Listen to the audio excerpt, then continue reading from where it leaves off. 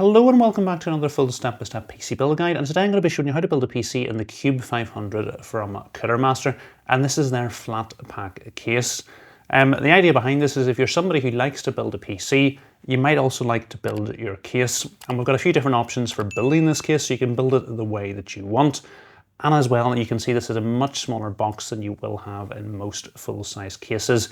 And the advantage of that is it's going to be cheaper and also more environmentally friendly to ship it to you rather than an assembled case. So it is going to mean we're going to have to change slightly how we do things. Normally I would put the build together in the case once it's built, but what we're going to be doing today, we're going to be building the case and the PC together. So let's take a look at the other parts I'm going to be building with today. For the motherboard I'm going to be using ASUS's new ROG STRIX Z790 eGaming Wi-Fi 2. For the CPU I'm going to be using Intel's new 14th gen flagship, the 14900K. Keeping our CPU cool, I've got a 240mm AIO from Cooler Master. It's their brand new MasterLiquid 240 Atmos. For RAM, I've got 32GB of Asgard's Valkyrie DDR5 at 6000 megatransfers per second. For storage, I'm going with a single Gen 4 NVMe drive for this build. It's Lexar's NM790 in 2TB capacity. Powering the whole build, I've got an 850W fully modular ATX 3.0 power supply from Cooler Master. It's their GX3 Gold. For the graphics card, I'm going to be using the ASUS ROG STRIX RTX 4080. And for case fans, I'm going to be using the ASUS ROG STRIX XF120 fans. So a whole lot of new and exciting parts which should work really well together, and a completely new way to build a PC. So really looking forward to this. Let's get into it. Okay, so let's make a start by opening the box. So this is how the case comes in the box. At the top, we've got a QR code which we can scan to get our video manual. We've got some suggested modes that you can build in the case over at the side. And the idea behind this is that you're going to take the first part out, do that part of the build before going into the case to get the next part out. So let's make a start by taking out the motherboard tray. And if you prefer, we've also got a paper manual. So before we can put our motherboard onto the case, the first thing we need to do is assemble our motherboard by installing our CPU, the bracket for CPU cooler, our M.2 SSD and our RAM. To open the socket cover, we need to push this lever down and out, bring it all the way to the top of the motherboard, and then we're going to be able to open the socket cover up. We can then take our CPU and set it down into the socket, making sure we've got the text the correct way up. And once we're happy everything's lined up correctly, it's just a matter of closing the socket cover down. It won't go down fully, but what we can do is we apply a little bit of pressure here, the black bit of plastic will pop off. We'll pop this into our motherboard box for safekeeping, and then to secure the CPU in the socket, all we need to do is close the lever down again. Moving on to installing our M.2 SSD, and this motherboard has 5 M.2 sockets. This top one with the beefy heatsink is our Gen 5 socket, and the bottom 4 are Gen 4 sockets. If we install a drive in this top socket, it shares PCIe lanes with our graphics card, so it will downgrade our graphics card from by 16 to by 8 mode, even if we put a Gen 4 drive into this Gen 5 socket. Because we've got a Gen 4 drive, we're going to get no advantage of installing it in the Gen 5 socket, and we don't want to downgrade the PCIe lanes for our graphics card. So out of our bottom 4 Gen 4 sockets, the bottom left-hand one, the PCIe lanes come from the CPU, whereas the other 3, they come from the chipset. So it's this bottom left-hand one that we're going to want to install our Gen 4 drive in. So we just need to remove the heatsink. We can then insert our drive into the socket, flatten it down, and close the little clip to hold the drive in place. Before we return the heatsink, there's some plastic protection we need to remove.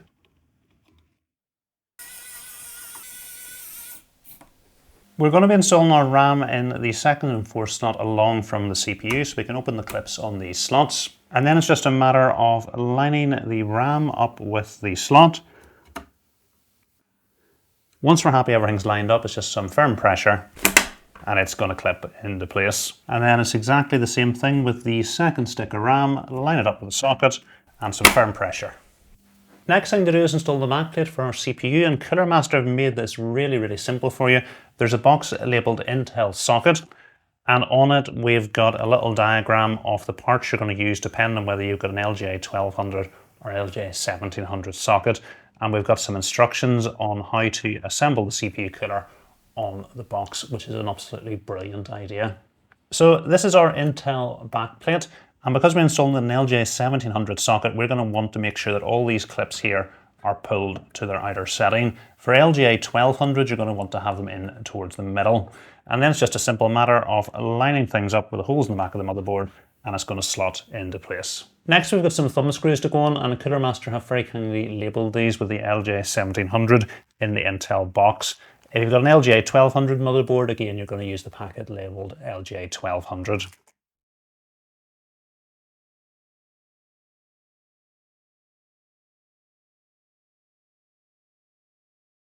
So now that we've assembled our motherboard, we're going to be able to set it on to our case. You'll notice that these two standoffs are elongated. The idea behind these is they're going to go through the holes in the motherboard and hold your motherboard in the right place. So it's just a matter of lining our motherboard up with the case. And you'll notice it's just fallen through those two middle standoffs. And then we can take our case accessory bag from the box, and it's this little bag of screws that contains all identical screws that we're going to use to secure the motherboard to the case.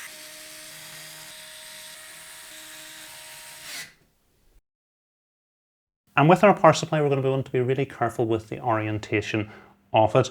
We're going to want our fan facing towards the front of the case where it can get cool air. So we're going to set our power supply bracket down like this. And Cooler Master have really simplified the installation in this case. It is exactly the same screws that we use to secure the motherboard to the case that we're going to use to secure the power supply to the bracket. So another really important step to take where you're going to be using a power supply extension cable to power it is make sure your power supply is turned on. So if we take a look at the front of the case, you'll notice we've got three little notches here that our power supply can slide into. And depending on which one of them you put them in, the power supply will be further towards the top or further toward the bottom. Now we've got a fairly large power supply. The case is compatible with SFX power supplies and the bracket will work with SFX power supplies. So we're probably going to want to get ours installed as far towards the top as possible to make room for our graphics card and potentially a fan beneath the power supply. So we just need to remove this extension cable out of the way from the power supply. And then you'll notice we've got this little notch here on the power supply. So it's just a matter of lowering it down and then pushing it down into place. You'll notice we've got three screw holes and they correspond depending on which slot you put the power supply into. So we're just going to secure it in the top screw. And again, it's exactly the same screw that we're going to use. We can then plug the extension cable into our power supply. So there is another option for installing your power supply. It is possible to install your power supply down at the bottom of the case. The only downside of doing this is it's going to be directly onto your graphics card. And in terms of actually getting your graphics card to fit in, it probably is going to need to be an SFX unit that you're going to use. So I imagine most people will be installing the power supply at the front, which is why I've shown you this particular option. Next thing to do is get our cables plugged into our power supply. And our 12-volt high power cable is at the bottom. Now the difficulty with having it installed, we've got this panel in the front and it is going to make it a little bit more awkward to plug it in. So I would probably recommend getting your cables plugged in before installing your power supply. So I'm just going to loosen this screw and get the cables plugged in. Okay, so we can take our 12-volt high power cable and get it plugged in. Then we can plug in two 8-pin EPS cables. And then our 24-pin motherboard cable. Then we can slide our power supply back into place. And then we've got this little cutout directly below the power supply, so I'm going to go ahead and pass all the cables through it.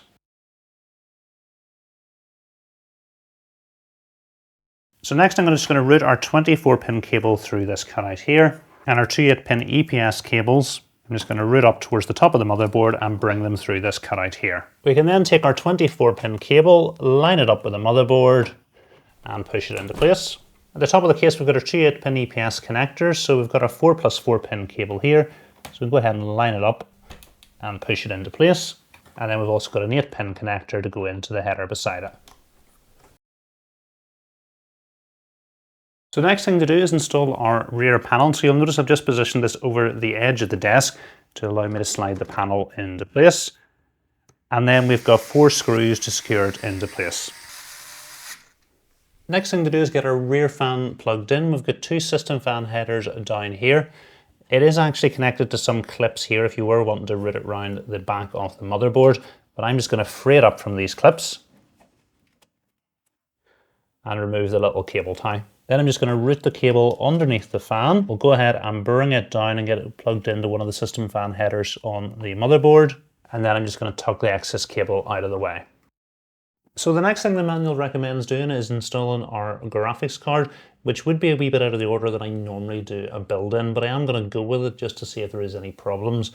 So one problem I could see, if you've got a large graphics card, it is going to block your SATA ports here and also your USB 3.0 header here, potentially make it difficult to get these cables plugged in. And obviously we can't plug them in because we don't have our front panel, which has our front panel connectors on it. So there's two options for installing your graphics card in this case. Horizontal is what I'm going to go for, but before we do that, I'll show you how to install it vertically.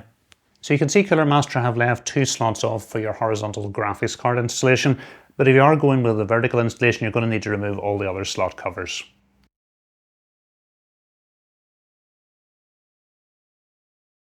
We get this little bracket in the case accessory bag, and it's the second hole that we're going to want to secure it into place. So it's just a matter of slotting it into place from the inside, and then we can put a screw into place at the top. So although the case comes with the vertical bracket, it doesn't come with a riser cable you'd need to install your graphics card vertically, so you're going to have to pick that up at additional cost.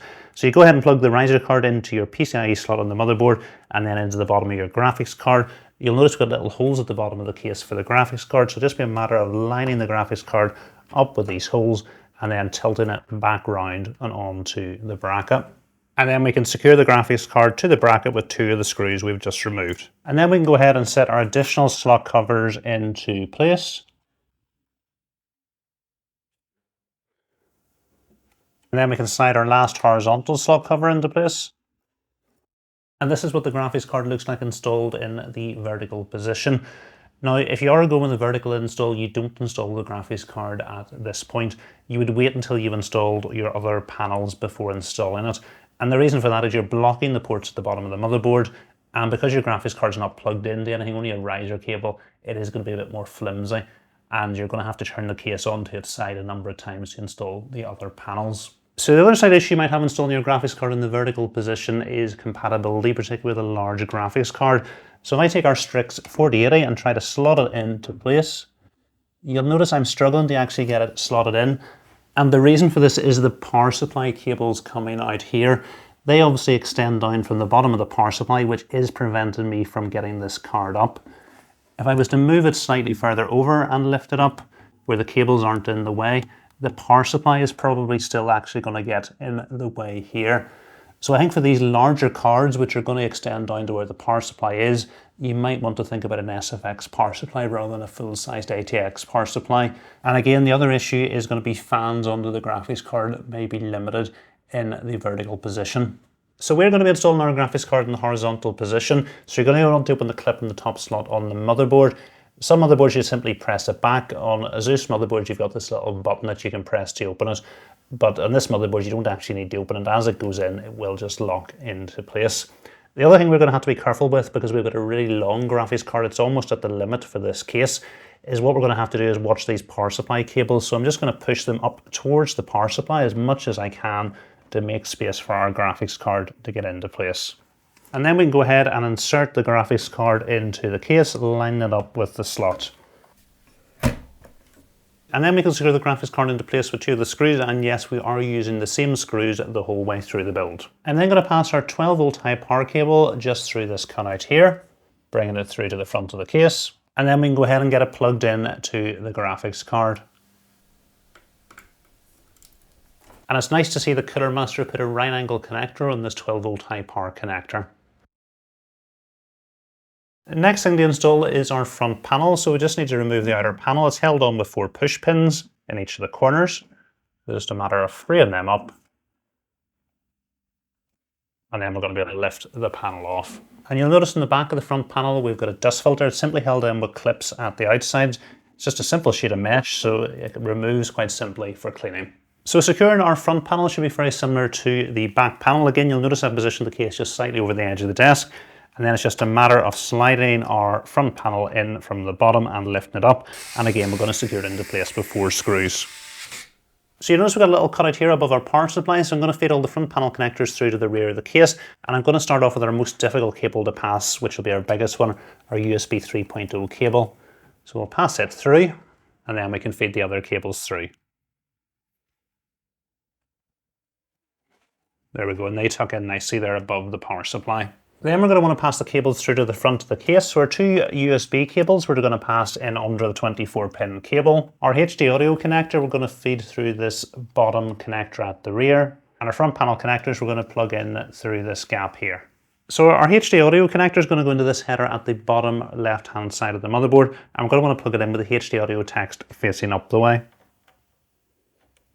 So our front panel connector is going to go into this header down the bottom right-hand side of the motherboard, and it looks like all one header. It's not. It's actually the pins towards the left-hand side that we're going to want to use, and we're going to plug it in with the front panel text facing up the way. So it's just a matter of lining things up and pushing into place. So we've got our front panel Type-C header below the 24-pin cable, and then our USB 3.0 header just below that. So we'll start off with our front panel Type-C, line it up with the header. And once we're happy things are lined up, a wee bit of pressure and it's going to clip into place. And then we'll take our USB 3.0 cable, line it up with a header, push into place, and again we'll just pull the excess cable through to the back. So you can see one of the advantages of building like this, we're actually able to fit bigger hardware into the case. Because this panel comes off, we're able to get the graphics card in without any difficulty. But you can see here, really there's just over a finger's width of space at the end of the case in front of the graphics card. And you can see here, we've actually got a lip here and a lip here, and I think we would have struggled to get the graphics card in if this case was fully assembled. Now, in front of the graphics card, you are able to fit a fan if you don't go with such a big graphics card. You're actually able to fit up to two 140mm fans at the front of the case. That would involve installing your power supply at the back here on the bottom panel down below your graphics card, which I don't think is a good idea because it's going to block the airflow to your graphics card. So really with the full-sized ATX power supply installed, you still are able to fit a 140 or 120mm fan below the power supply. If you remove the power supply, it's up to two fans and up to a 280 or 240mm radiator at the front. But I think most people are going to be installing the power supply here, which leaves you with either a 120 or 140mm fan, as long as you haven't gone with the biggest graphics card as what we have.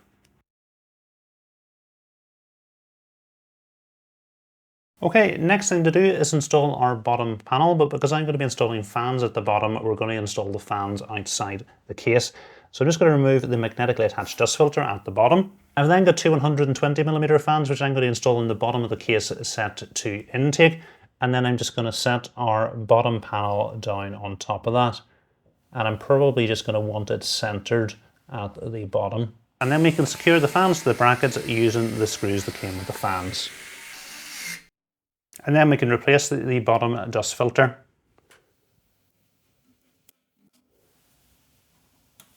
So just before we install the bottom panel, I want to get our fan cables plugged in and partially pulled through to the back. So we've got a system fan header here. Just going to plug the cable into it. And then I'm going to start and pass the cable through to the back. We've got another system fan header here. So again, get the cable plugged into it. And then we can start pushing the cable through to the back. Next, you'll notice we've got these clips on the bottom of the panel, and they're just going to slot in to the bottom of the case. It's just a matter of lifting the panel up and slotting it in on the clips. And then we can secure the panel into place with a screw on each corner. So just realizing it probably would have made more sense to leave the dust filter till later, because we're going to have to put our feet into place and we don't want them to catch on the dust filter. So we'll take it off. You can see we've got two little clips here for our feet, and they're just going to simply line up and push into place. And then we can return the dust filter at the bottom.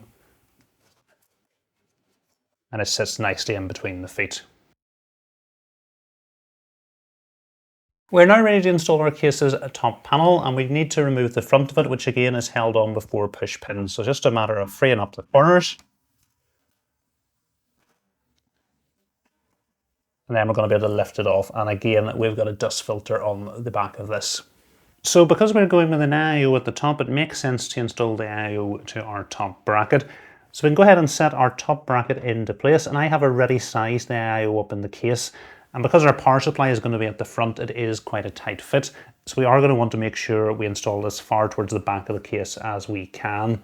So that's it installed all the way towards the back, and we can secure it into place with the 8 screws that come with the IO.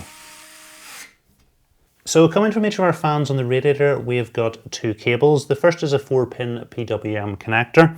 So what we get with the AIO is this double splitter cable. So we're going to take the PWM connector and plug one of our fans into it.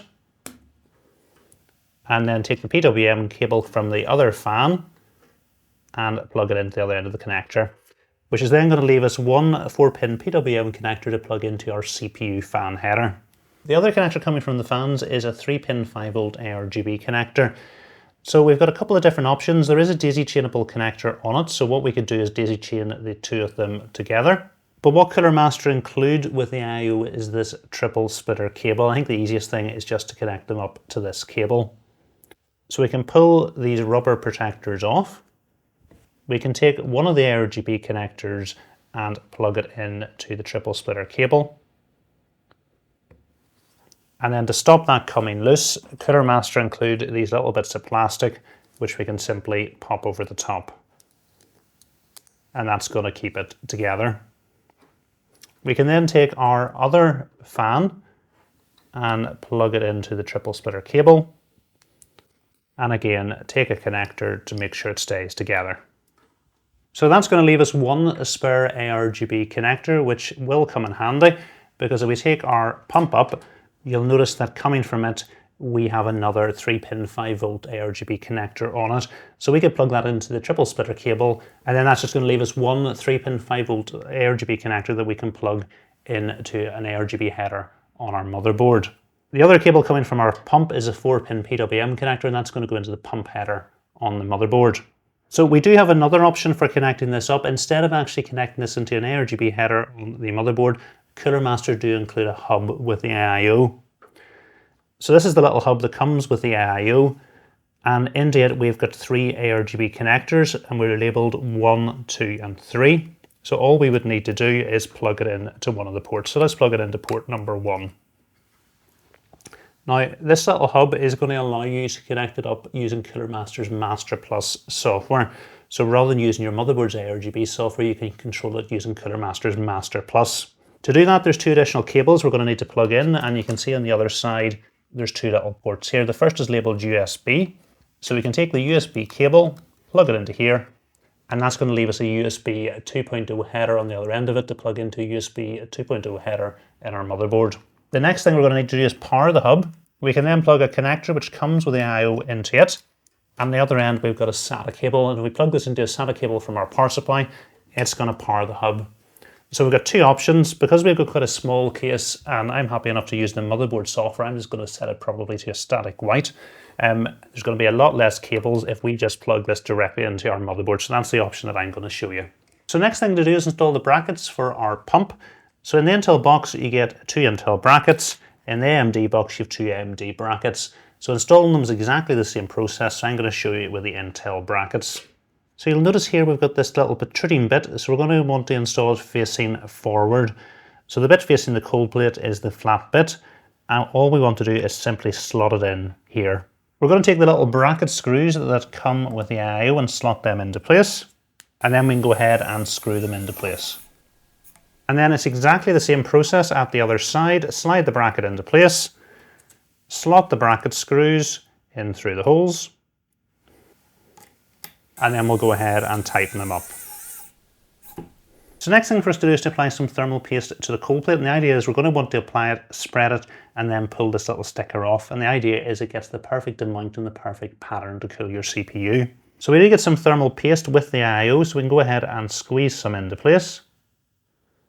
So you will need something now to spread the thermal paste. The I/O I have didn't have a spreader included in the box. I'm a bit surprised because if Cooler Master want you to use this method, they generally should include a spreader. It may just be a pre-production sample that I have that doesn't have one. So I've got one from another I/O. So it's just a matter of spreading the thermal paste out. And I thought I did plenty there, but we might actually need just a little drop more. Just for these last few holes.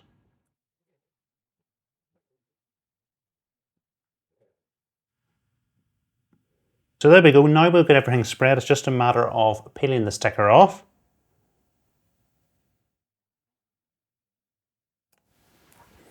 And then we should have the perfect amount and perfect spread of thermal paste for cooling our CPU.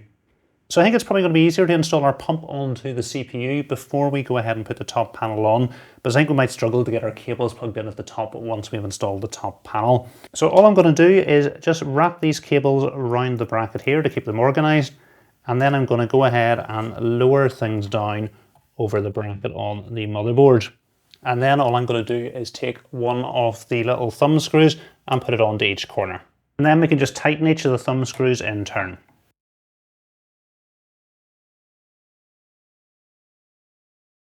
So at the top of the case, we've got our AIO pump header here, so we can bring the cable coming from the pump and plug it into here. And then we're just going to route the excess cable round the back and tuck it in at the back. We've also got our ARGB cable, and all I'm going to do is simply tuck it in at the back of the case. So I've just set the top of the case up loosely for now, and I want to get some cables plugged in at the top of the motherboard before we install the top of the case. So we've got our CPU fan header just here, so I'm going to bring the double splitter cable coming from the fans and the radiator in and plug it into place, and then I'm going to make a start of pulling this cable through to the back. We've got a 3-pin 5-volt ARGB cable here at the top of the motherboard, so I'm just going to go ahead and plug our triple splitter cable into it, and again route all the cables through to the back, so we'll just bring them through here. Now we can turn our AIO round, we can line it up at the back of the case and then lower it down into place. Again, we're going to want to secure things into place with 2 screws. Then at the back of the case, we can just pull any excess fan cable through. But it actually looks like we've got most of it through. And you'll notice we've got our ARGB cable coming from the pump. We've got our triple ARGB splitter cable here. We've got our 1 spare connection, so we can go ahead and plug the cable from the pump into the triple splitter cable and then put the little plastic clip over to stop it coming apart. The last optional step is to install the clips to help organize the tubes on the AIO. Just a simple matter of pushing a clip onto one tube and then onto the other, and that will help organize them. I actually felt our tubes were sitting quite good without any clips, so I'm not going to install any. And then we've got some plastic protection over our AIO to remove. Next, we've got some cable management to do at the back.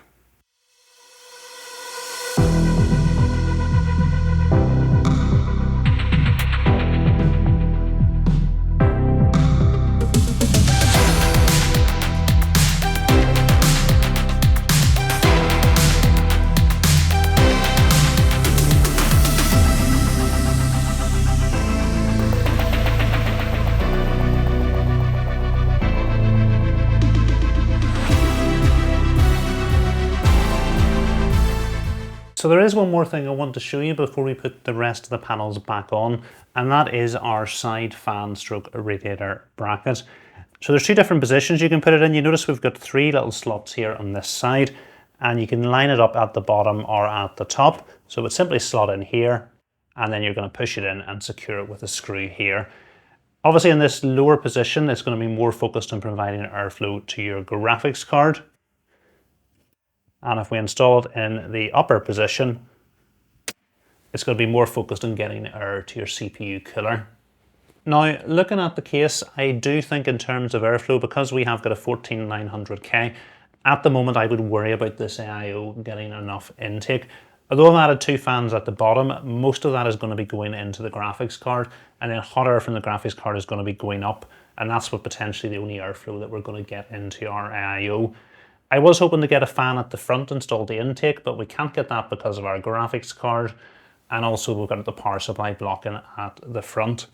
Our fan at the rear is set to exhaust. We could switch that round and turn it to intake, but then we wouldn't have any exhaust fans in the case. So what I really think with a powerful CPU like this, I think we probably are going to need to have side intake here, and then that's going to be directing airflow directly into our AIO. So although it won't look quite as good, I think we are going to need to have side intake. So what I've done is I've installed 2 Noctua 120mm fans onto this bracket. We're going to set it into the top position, which will optimize it for cooling our AIO.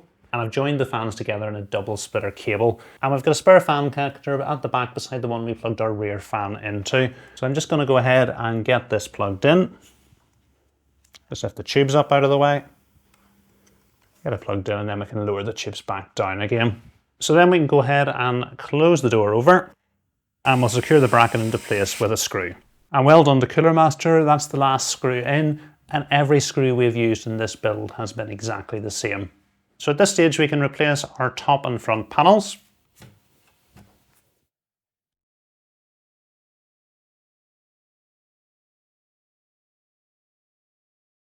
And then I'm going to set our tempered glass panel into place. You'll notice that doesn't make a lot of sense because the side intake is not going to work. So if you are going to want to use fans or radiators on the side of the case, you're probably going to want to swap the side panels round. So we can remove this side panel and pop the tempered glass one into place.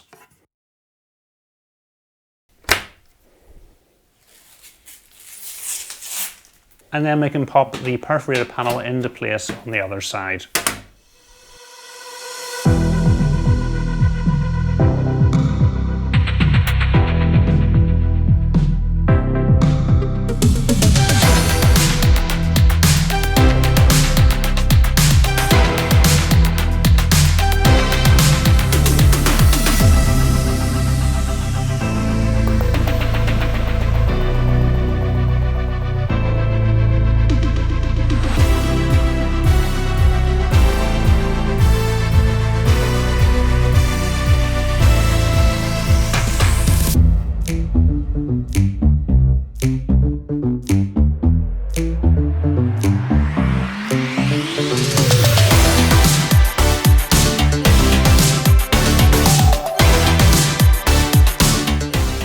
So that's the build complete, and as you can see I've gone ahead and set it up off camera.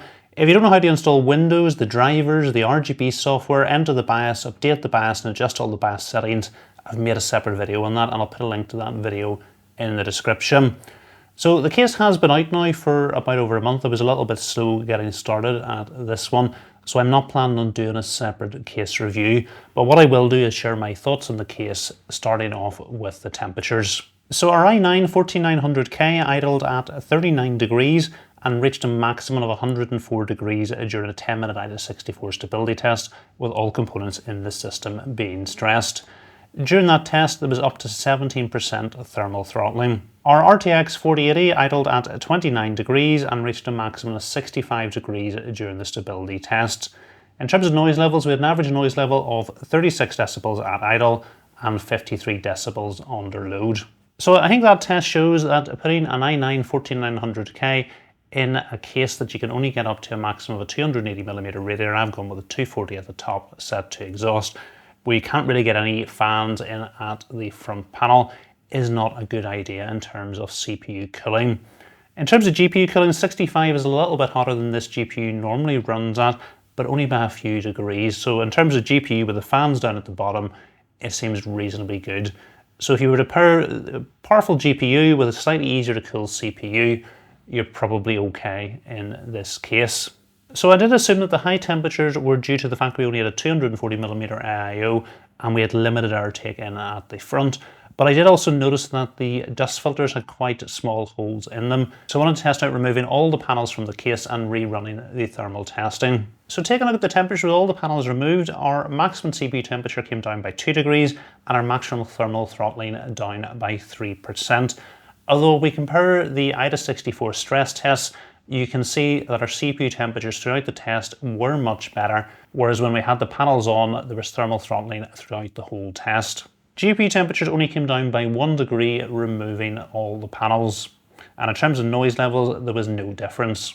The last thing I wanted to test was removing the two fans on the side of the case which I had set to intake. Removing the two front fans, our maximum CPU temperature under load increased by 2 degrees and our maximum GPU temperature under load came down by 1 degree.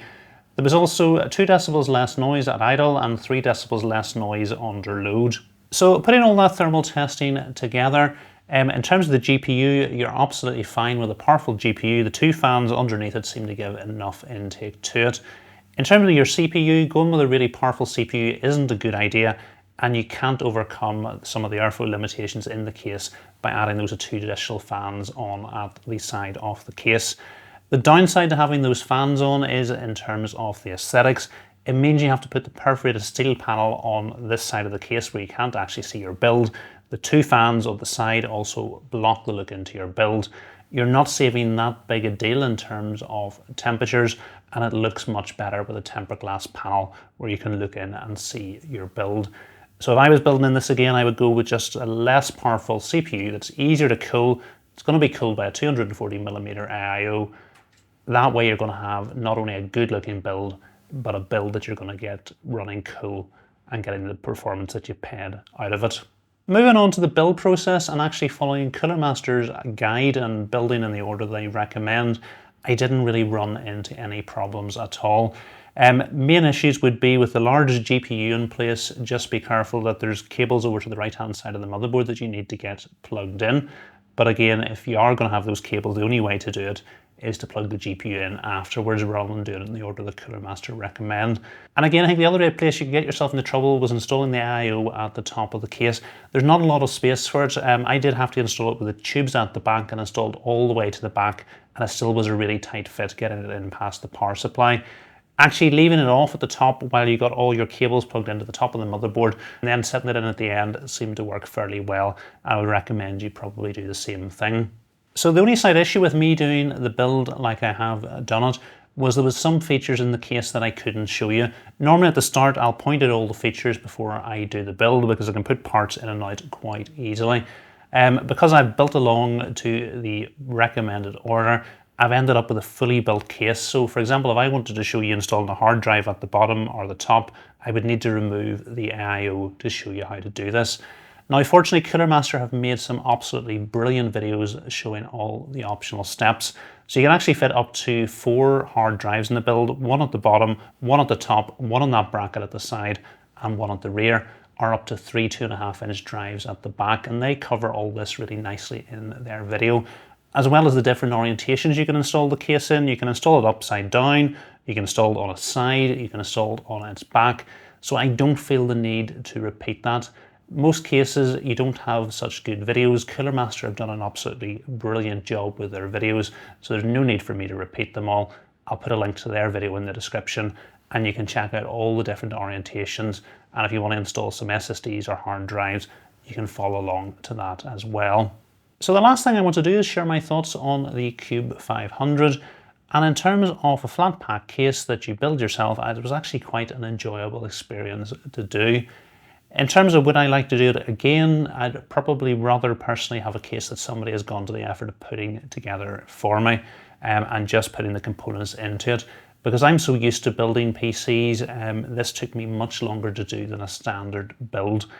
Although if you are not as experienced at building a PC, it would probably take you quite a bit of time and you might actually find this process much more straightforward given the really good user guide that Cooler Master have for putting things together. In terms of the case itself, I think it's a really good looking case. It costs just under £80 in the UK, so it has a budget price. For that, you're getting a really good looking case with a high build quality. The front panel Type-C port is a 20 gigabit per second port, so not something you'd normally expect to find in a case in this price point. So I think provided you're not building a really high-end system in it with a really difficult to cool CPU, the limitations of the CPU cooling support and the panels being quite restrictive and the power supply location at the front blocking the airflow shouldn't be an issue unless you're going with a really powerful CPU. And provided you don't put those fans on at the side of the case and keep the tempered glass panel there, you're going to have a really good looking build as well. So as long as you're happy enough with those slight limitations, I think you're getting pretty good value for money at just under £80. And as long as you're aware of all these things, I can most definitely recommend the case. So hopefully you have enjoyed this full step-by-step build guide. If you have, please remember to give it a thumbs up. And if you're not currently subscribed to the channel, please hit the subscribe button as well. Thanks for watching.